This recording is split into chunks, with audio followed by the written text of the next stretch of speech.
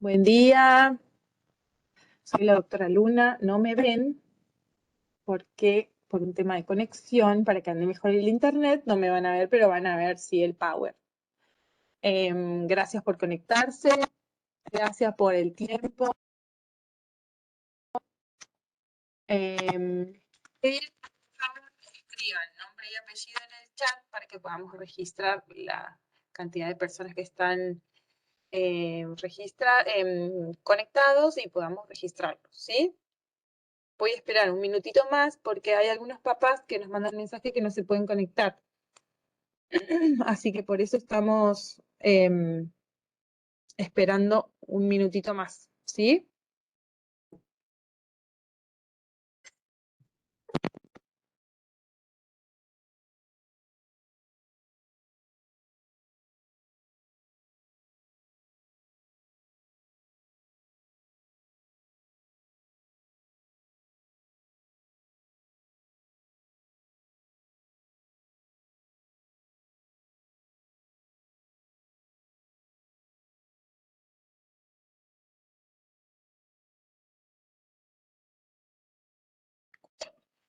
Si hay algún papá que, si conocen a alguien que no se puede conectar, nos avisan para que mandemos el link directamente porque nos llegan varios mensajes que no se están pudiendo conectar.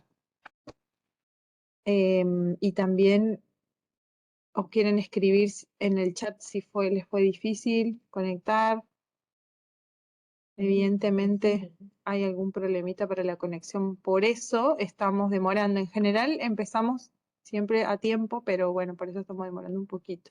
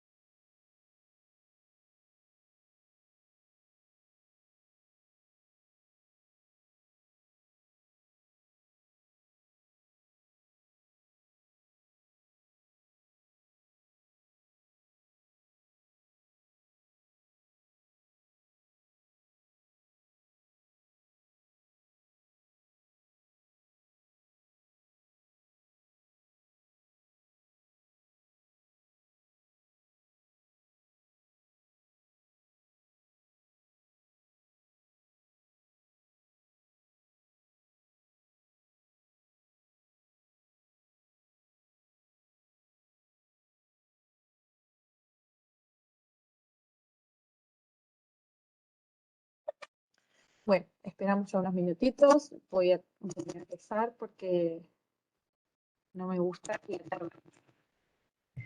Vamos a hablar de insulinas y cuál es la aplicación que nosotros deberíamos tener en cuenta.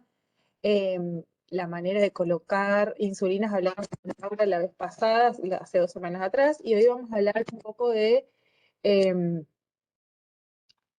cuál es la manera en que voy a decidir qué cantidad de insulina le voy a poner a mi hijo en las comidas. De ese tratamiento vamos a hablar hoy, de la alimentación. Diabetológica para niños con diabetes y su familia. Anualmente hacemos educación diabetológica para nuestros pacientes y no solamente hablamos de la parte médica, sino la parte nutricional. Este año también vamos a hablar sobre el cuidado de los niños. Este año también vamos a tener una charla de odontología y diabetes. Y no sé si hay algo más que innovamos este año que agregamos, que se acuerden. Como saludable con la licenciada Rojo. Y también vamos a empezar un programa de formación y capacitación para la utilización correcta de Freestyle Libre. Todo eso va a ser este año. Así que ya arrancó con la licenciada Laura y ya vamos a publicar las próximas fechas. Así que estén atentos en el grupo.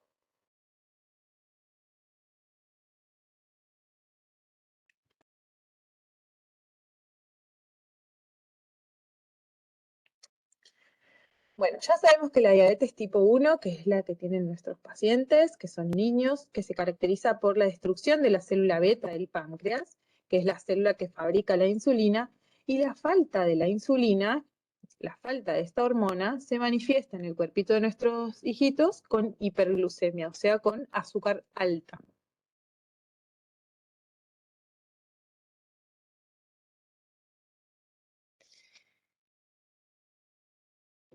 Bien, el páncreas normal de un paciente, de un niño que no tiene diabetes, en el desayuno, él va a liberar insulina como se ve en este grafiquito.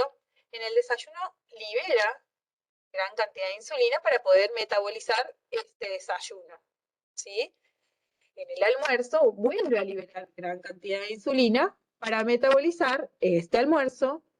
En la merienda, cuando el paciente comienza a comer, vuelve a liberar esta cantidad de insulina para poder metabolizar esta comidita. Y en la cena vuelve a liberar. Y como ven acá abajo, que no se ve muy bien, hay una línea, también del mismo color celestito, una línea recta que...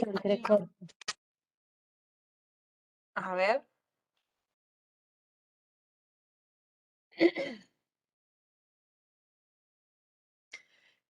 Bueno, cualquier cosa nos vuelven... Abajo hay una línea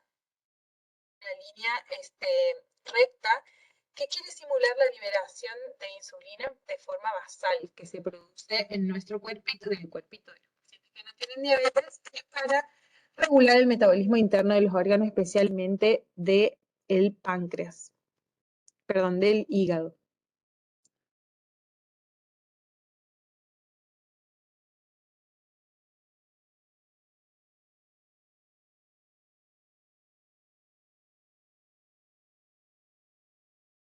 Bien.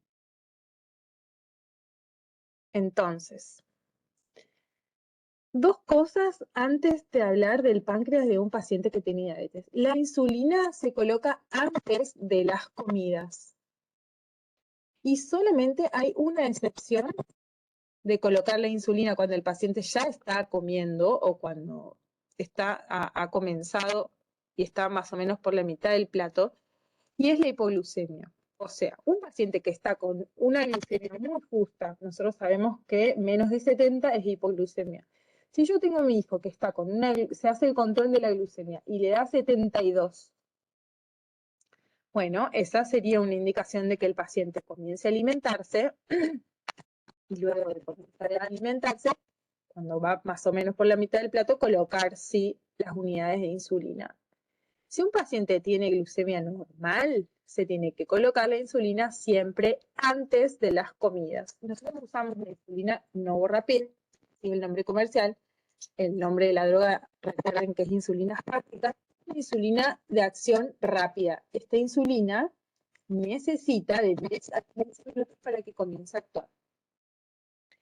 Si yo sé que la insulina necesita de 10 a 15 minutos para que empiece a actuar, quiere decir que yo tengo que anticipar el bolo de la alimentación para comenzar a comer, ¿sí?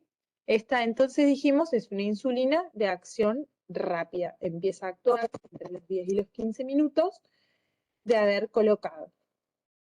Recuerden que el paciente come y se tiene que producir la digestión para que absorba lo que el chico, lo que mi hijo absorbe, para que absorba lo que mi hijo come, necesita un tiempo también. Entonces, esos tiempos se tienen que encontrar. Por eso yo necesito anticipar el bolo y después que mi hijo empiece. El páncreas de un niño que tiene diabetes, fíjense que puse las mismas comiditas. A las 8 de la mañana, mi hijo va a desayunar y se va a colocar insulina aspartica o Novorapid. Miren cómo el, el grafiquito, que este es el gráfico de la insulina, empieza a actuar a las 8 de la mañana, hace pico a las 9 y a las 10 ya terminó de actuar casi. La vida media de la insulina aspartica es 3 horas. Pero está comprobado que a partir de las 2 horas la insulina ya no tiene un efecto grande, ¿sí? No tiene un efecto fuerte en la glucosa. Entonces, yo tengo que decir que si mi hijo empieza a ver a las 8 de la mañana, yo voy a anticipar el bolo 10 minutos antes, voy a colocar la insulina. Fíjense que a las 9 de la mañana va a ser el pico y después va a bajar. ¿Sí? Esto es re importante. Quiere decir que la vida media de la insulina, yo puedo tener esta insulina circulante. Después de las 10 ya no hay casi acción de este bolo que yo me di a las 8 de la mañana. ¿Se entiende? Después lo mismo en el almuerzo. Fíjense, el paciente comió, este almuerzo se puso insulina, hizo pico a las 13 horas y luego bajó. Lo mismo en la merienda, lo mismo en la cena. Fíjense que la vida media de la insulina termina a las 2 horas y media, por eso puse por ahí. Se hace la curvita hacia abajo, pero en realidad es propio del programa que lo hace, pero no es que baja. ¿Tá? Esto es la insulina, chicas, no es la glucemia, es la insulina. Es para demostrar que tiene una vida media de 2 horas. Fíjense, este segundo dibujito que les hice. Si yo, por ejemplo, hice un bolo a las 8 de la mañana, le di el desayuno a mi hijito y él a las 9 quiere volver a comer, fíjense cómo se interponen los dos bolos. A ver dónde estoy. Cómo se interponen los dos bolos, el de las 8 y el de las 9, y eso sería una forma incorrecta de insulinizar a mi hijo por comer una comida a las 8, que sería el desayuno. Pero con la insulina, eso yo no podría hacer, porque miren cómo se interponen los bolos y esto podría provocar una hipoglucemia profunda, ¿sí? Porque recuerden que hasta que se metaboliza lo que como, hasta que absorba, necesita un tiempo. Entonces yo no puedo colocar insulina 2 horas y media o 2 horas por lo menos posterior al bolo anterior, ¿sí?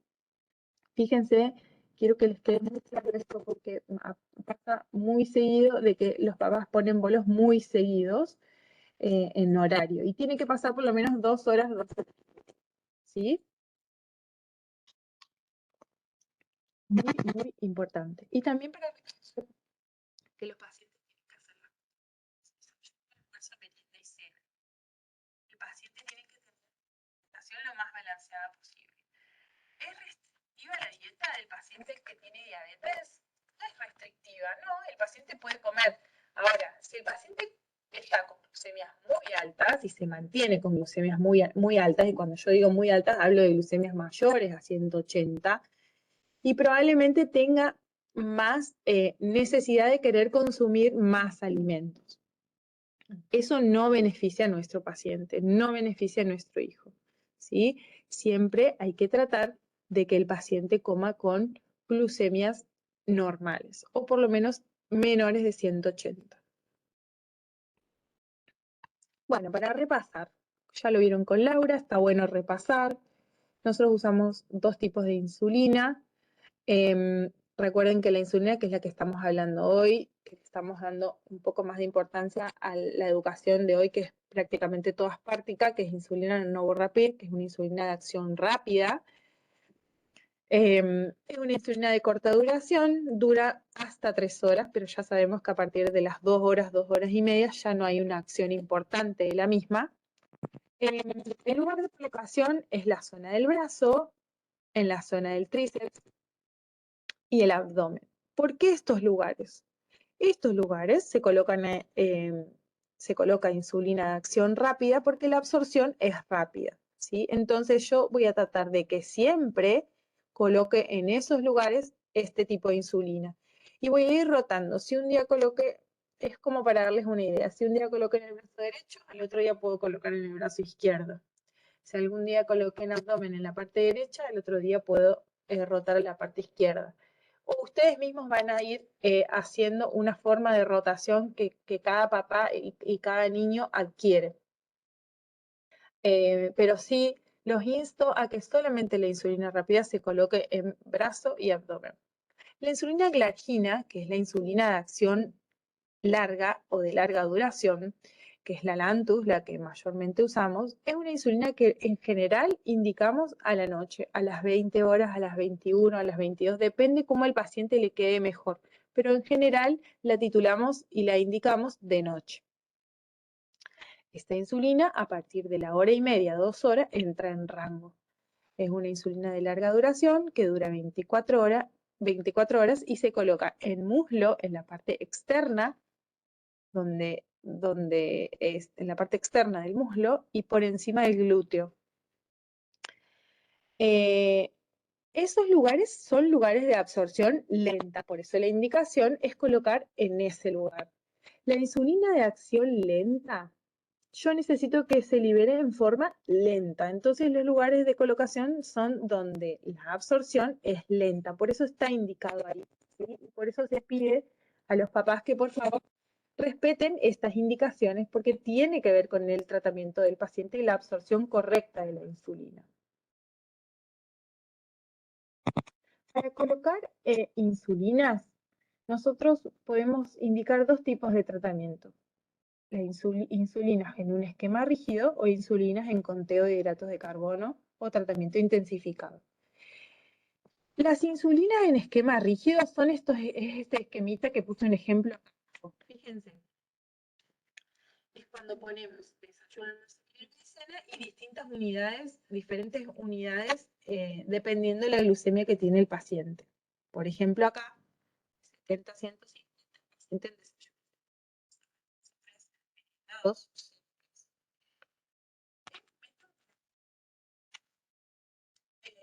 Es un método para colocar insulina en las comidas, pero con porciones rígidas de carbohidratos.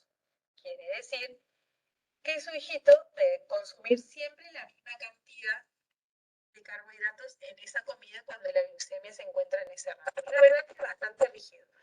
Y no es la vida normal de un paciente, no es la vida normal de su hijo. Entonces, no sería el mejor método de insulinización para las comidas para un paciente con diabetes. ¿Sí? Debemos intentar por todos los medios a contar hidratos de carbono. Porque este es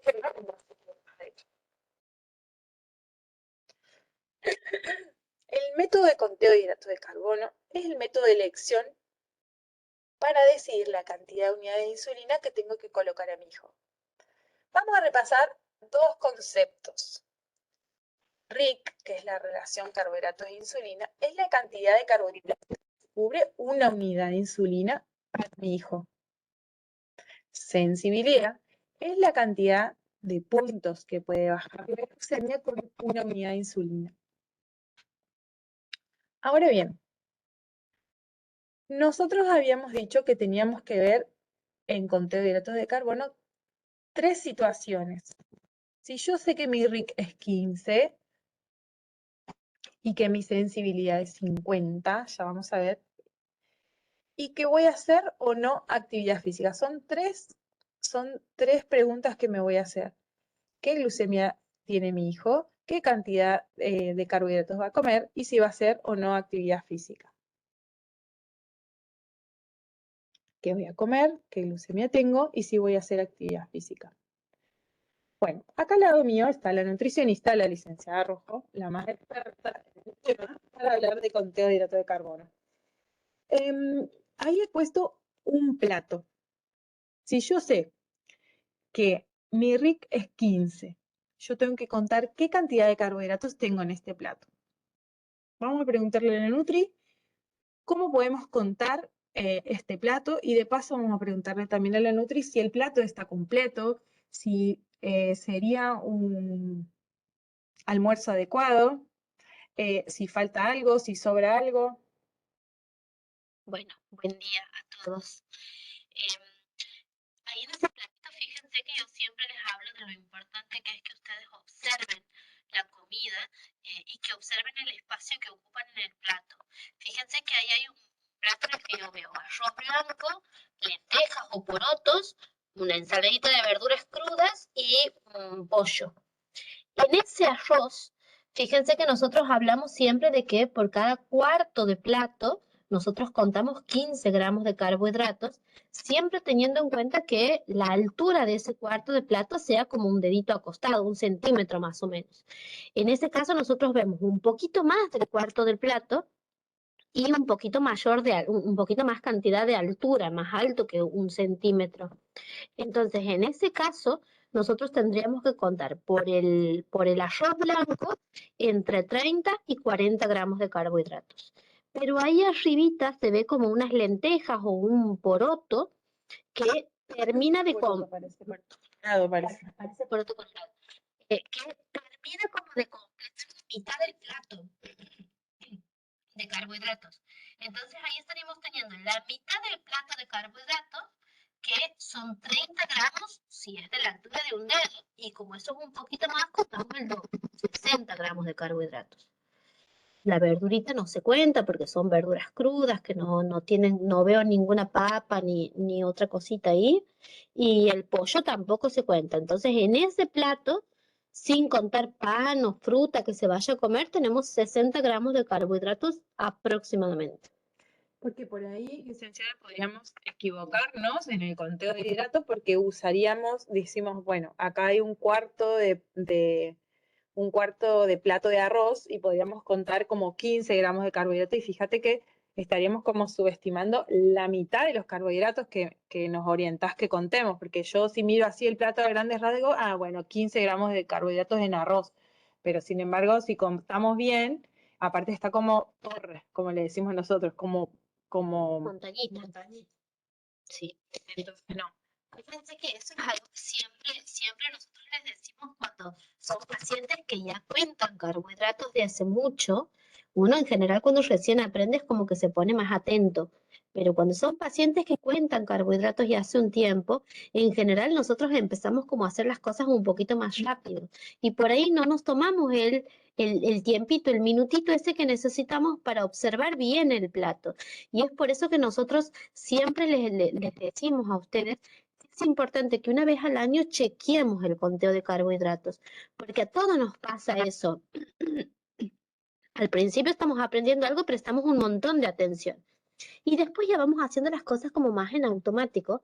Entonces por ahí no nos tomamos ese minutito para observar bien el plato de comida.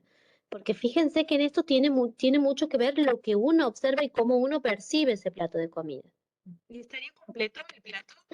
Con respecto a lo que tiene que tener un plato saludable, este platito estaría completo, habría que agregar algo, sacar. Ese plato está completo, tiene verduritas, tiene las proteínas que están en la carne y en los porotos, y tiene los carbohidratos complejos. Yo particularmente no soy muy fan del arroz blanco, entonces porque el arroz blanco tiene un índice glucémico alto. Y a la próxima charlita que nosotros vamos a hablar, que es el 23 de agosto de ahora de este mes, vamos a hablar acerca de esto, de lo que es el índice glucémico, que es en realidad, como a grandes rasgos, quiere decir que el arroz, como no tiene mucha fibra, hace subir muy rápido la glucemia, nos hace picos de glucemia. En este caso, igualmente, nosotros estamos compensando porque estamos combinando los alimentos de manera tal de que ese arroz que tiene un índice glucémico alto se compensa con otros alimentos como la verdurita, la proteína y los porotos que tienen un índice glucémico menor. ¿Es un plato adecuado? Sí. Contiene todos los nutrientes y los tipos de alimentos, los grupos de alimentos que nosotros necesitamos, pero si nosotros quisiéramos mejorarlo, se puede modificar utilizando un arroz integral o un arroz yamaní o bien al arrocito ese agregarle algunas semillitas. Ahí lo podemos mejorar al plato. Bien, bueno, excelente la nutricionista. Y de paso, repasamos conteo de hidratos de carbono para los que ya cuentan. Está bueno chequear que el plato de nuestro hijo esté completo, o sea, que estén los hidratos, que estén los vegetales y que esté la proteína, Así que este sería un plato completo. Ahora hay que ver si nos comen todo esto, porque está como cargado el plato, ¿no? Bien. Entonces yo dije que acá hay 60 gramos de carbohidratos. Si mi RIC es 15, si yo divido 60 dividido 15, me da 4. O sea que yo, este plato, debería poner 4 unidades de insulina para poder cubrir esta cantidad de carbohidratos, porque dijimos que solo lo que vamos a contar son carbohidratos para cubrir, ¿sí? Entonces, con este plato yo necesito 4 unidades de insulina. Me olvidé de poner las unidades de insulina en el Power, pero bueno, lo vamos haciendo mentalmente. Y después, ¿qué glucemia tengo? Bueno, le hago el control a mi hijo previo, tiene 170 miligramos por decilitro de glucosa, o sea, el azúcar en sangre es 170. Voy a mi esquema, busco mi esquemita, ¿a dónde estoy? Acá. Y yo necesito poner una unidad para bajar, porque mi hijo tiene 170, más el conteo de hidratos de carbono, ¿sí? Entonces, si yo dije que por conteo necesito colocar 4 y por la glucemia tengo que poner 1, yo tengo que colocar 5 unidades de insulina por esta comida y por esta glucemia. Y la pregunta es, ¿voy a hacer actividad física? La respuesta es sí. Entonces voy a descontar el 50% del bolo de la insulina. Si yo tengo que colocar 5 unidades de insulina, yo no puedo dividir, la mayoría de los pacientes no tiene insulina, no tiene lapicera de medio punto. Si yo pudiera dividir las unidades de insulina, tendría que colocar 2,5 unidades de insulina. En este caso, como no puedo, tengo que colocar solamente 2, porque siempre voy a colocar insulina de menos y nunca de más. ¿Se entendió eso? Repasando entonces, tengo 60 gramos de carbohidratos, tengo un RIC de 15, entonces voy a dividir 60 dividido 15, me da 4. Tengo una glucemia de 160, tengo que corregir con una unidad, porque yo dije que de 150 a 200 tengo que colocar una unidad de insulina. Como voy a hacer actividad física, tengo que descontar el 50% del bolo y voy a colocar 2 unidades porque no puedo colocar una y media, ¿sí? Si yo no haría actividad física, debería colocar las 5 unidades. Y ahí yo decido qué cantidad de insulina exacta le voy a poner a mi hijo por la cantidad de comida que va a comer, que él elige comer, porque él puede decir, sácame los porotos, o sácame un poco de arroz, o sácame un poco de verduras, y entonces él elige el plato, no es un esquema rígido como el anterior, ¿sí? Este sería el método de elección.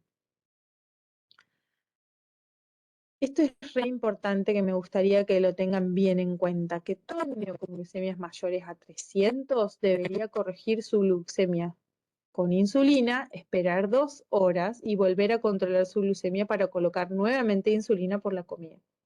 ¿sí? O sea, cuando mi hijo tiene glucemias mayores a 300, no sería la mejor opción colocar insulina y que coma en el momento. Sí sería la mejor opción corregir esos 300 por sensibilidad, o sea, por este esquema. Si hablaríamos del mismo paciente, si el paciente tiene 300, yo le tengo que poner 3 unidades. Espero las 2 horas y vuelvo a medir y colocar insulina por la comida. Con 300 no es la mejor opción darle de comer a mi hijo. ¿Por qué? Porque si empieza a comer con 300, le va a subir a 400. Mucho más de la insulina, bajar la glucosa, ¿sí? Y no está indicado hacer actividad física con glucemias mayores a 300, ¿sí? Que hay papás que por ahí les dicen a los chicos, salí a caminar. No, no es la mejor opción porque puede descompensar la diabetes hacer actividad física con glucemias mayores a 300, ¿sí? Bueno, ya contesto. Ya vamos terminando y contesto las preguntas.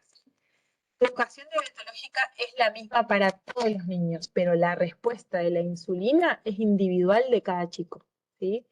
Yo puedo enseñarles a todos lo mismo, pero la respuesta de cada uno es distinto.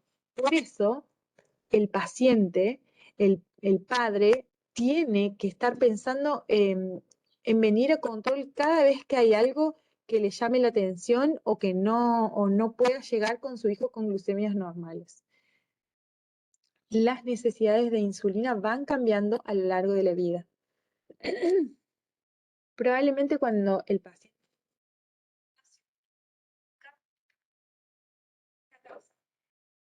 muchas veces menos cantidad de insulina. Y la respuesta es que cuando está internado está muy acostado, está muy estático, el paciente no se mueve mucho y no es la vida real del paciente la internación. La vida real es cuando está en la casa. Entonces el requerimiento insulínico siempre va a ser menor cuando está en la casa, ¿sí? Lo tercero que les quiero decir es que el tratamiento es muy dinámico. Se van cambiando las unidades de insulina y se va cambiando el RIC, la sensibilidad, las basales, así que tienen que venir a control. Si el paciente está con glucemias altas, no hay que demorar la consulta, ¿sí? Lo mismo con glucemias bajas. Por último, les quiero decir que son el niño con diabetes solo necesita insulina, educación y amor. Su hijo y usted son pequeños grandes valientes, pero no se olviden que deben ser siempre felices. Así que, gracias. Vamos a ver las preguntitas. Dale. Voy a leer las preguntitas que hay.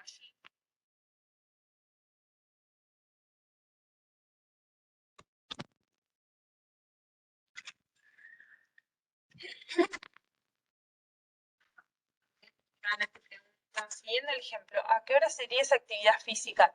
La actividad física, cuando yo voy a descontar del bolo, nosotros le decimos actividad física inmediata. O sea, el paciente come y no va a pasar más de una hora que ya va a hacer actividad física. Si el paciente come y va a pasar 2 horas y media, no sería indicación para ir a descontar el bolo. Ahí no descontaríamos nada. Sí, es dar una pero descontamos del bolo cuando no supera la hora, o sea, come y a la hora hace actividad física. ¿Sí? Porque si pasa 1 hora y media, por ejemplo, ya la insulina te queda media hora de acción la insulina, entonces hay que acomodar eso en la vida de cada chico. Esta respondía la pregunta, Iván.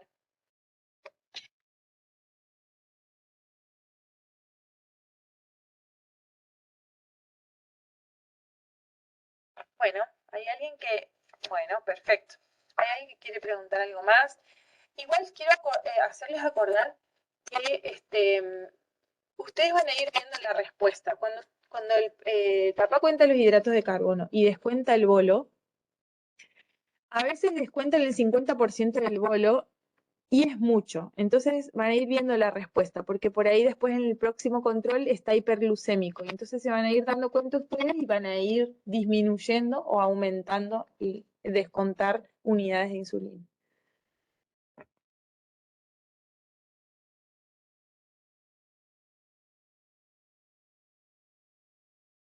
Bueno, si no hay más preguntas, recuerden que esta charlita queda grabada.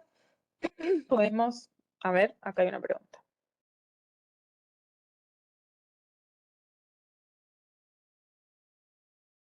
Ajá. Bueno, ¿se acuerdan que bueno, la pregunta es, mi hijo hace deporte y cada vez que vuelve a hacer actividad vuelve con el mismo valor? Por ejemplo, va con 300 y vuelve con el mismo valor. O sea, primero que no debería hacer actividad física con 300, porque es mucho 300 miligramos y puede descompensar, porque el hígado empieza a fabricar cuerpos cetónicos cuando está muy hiperglucémico, ¿sí? Debería bajar la glucosa. Los pacientes tienen que hacer actividad física con glucemias mayores a 150, ¿sí? Entre 130 y 150. Entonces, lo ideal es medir la glucosa antes que haga actividad física, ¿sí? Y si tiene esos valores, darle una colación sin insulina para que pueda gastar esos carbohidratos en la actividad física. No debería un paciente hacer actividad física con 300. Primero esos 300 hay que bajar y después hacer actividad física, ¿sí? Y algunos pacientes ocupan la glucosa horas posteriores. O sea, termina de hacer la actividad física, tienen la glucemia alta, pero horas posteriores, a las 2, 3, 4, hasta 5, a veces hasta 12 horas, sigue consumiendo la glucosa que tiene en sangre. Por eso a veces hay que seguir descontando los bolos posteriores. Esa respuesta es excepcional de cada paciente. Todos los chicos tienen respuestas distintas a la actividad física y a la insulina. Pero sería bueno que si su hijo está en 300, saque un turnito y lo podamos ver. Y podamos ver este tema de la actividad física también, ¿sí? Y no, ajá, el papá pregunta si se coloca los bolos, en ese caso le ponemos 3 unidades. No, porque cada paciente tiene una sensibilidad distinta. No me acuerdo cuál es la sensibilidad insulínica de su hijo. Deberíamos verlo en el consultorio.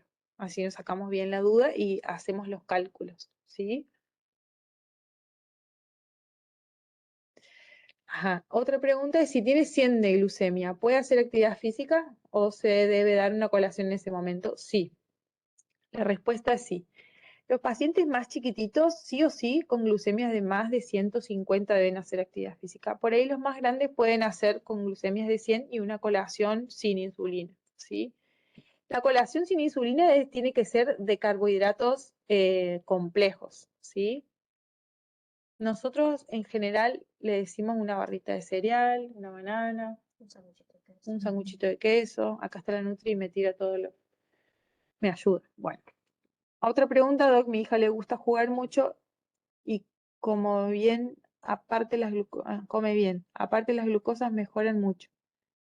2 o 3 veces llegó a 300, 400 porque come más de lo que uno le da. Picotea y por eso va con valores altos y hace actividad. Y no hace actividad. Bueno, recuerden que picotear sin insulina da estos efectos, que el próximo control viene la glucosa alta y a veces muy alta, en este caso 300, 400 es mucho. No debería hacer actividad física con estas glucemias. Hay que bajar la glucosa y recién arrancar a hacer actividad física. Acuérdense que puntualmente cada paciente tiene una sensibilidad distinta a la insulina, entonces hay que ver en el consultorio cuántas unidades es para cada paciente para bajar la glucosa. O sea que si hay dudas, por favor, saquen un turnito, ¿sí? Milagros levantó la mano. ¿Querés preguntar algo? ¿Querés habilitar el micrófono? ¿Se puede habilitar el micrófono? Ajá. ¿Cuál es el índice de glucemia que debe tener el niño antes de dormir? Se durmió con glucosa de 74 y el control de las 3 daba normal. Eso depende de la edad. La pregunta de Anaí Cisneros, que pregunta con qué glucosa debe dormir el hijo de ella. Depende de la edad. En general, les decimos a los pacientes que también no duerman con más los chiquititos, que no duerman con glucemias menores a 100, ¿sí? 100, 120, 130. Los chiquititos hacen un fenómeno que se llama fenómeno del alba inverso, que se levantan a la noche con cerca de la madrugada, cerca del amanecer, con glucemias muy bajas. Pero depende de la edad, ¿sí? Los más chiquititos deberían dormir con glucemias de 100, 120, 130, 140. ¿Hay actividad física que en una instancia eleven la glucemia y luego bajen? Sí, la mayoría. Fátima, te contesto que la mayoría de la actividad física primero eleva la glucosa y después. Por eso es que tenemos que ir viendo el tema de cómo responde cada niño, ¿sí? Porque depende de la respuesta de cada uno de los chicos. Kiara tiene 3 años, duerme con glucemia de 290 y amanece con 150. Bueno, la Janina dice que su hijita tiene 3 años, duerme con glucemia de 290 y amanece con 150, 180. Bueno, deberíamos verla, Kiara, porque no debería dormir con glucosas tan altas. Pero Kiara es chiquita y ahí está un ejemplo de lo que les acabo de decir del fenómeno del alba inverso, que los pacientes chiquititos, cerca del amanecer, baja mucho la glucosa. Y fíjense que Kiara durmió con glucemias mayores a 200 y se levantó con glucemias de 150. O sea que ahí ese es un ejemplo del fenómeno del alba, pero estaría bueno que lo chequemos en el consultorio.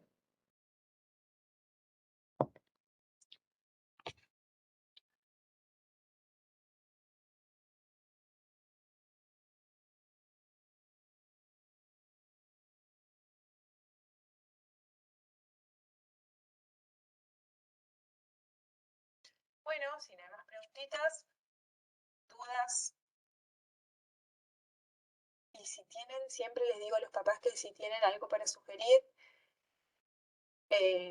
respecto a la educación diabetológica, está bueno que lo digan para que lo tengamos en cuenta y podamos ver siempre de solucionar. Bueno, gracias por conectarse, por el tiempo, por dedicarse a la educación de los hijos de ustedes que tienen diabetes. Los felicito y los esperamos en el consultorio para sacar y seguir erradicando dudas. ¿Sí? Gracias por conectarse y un abrazo a todos.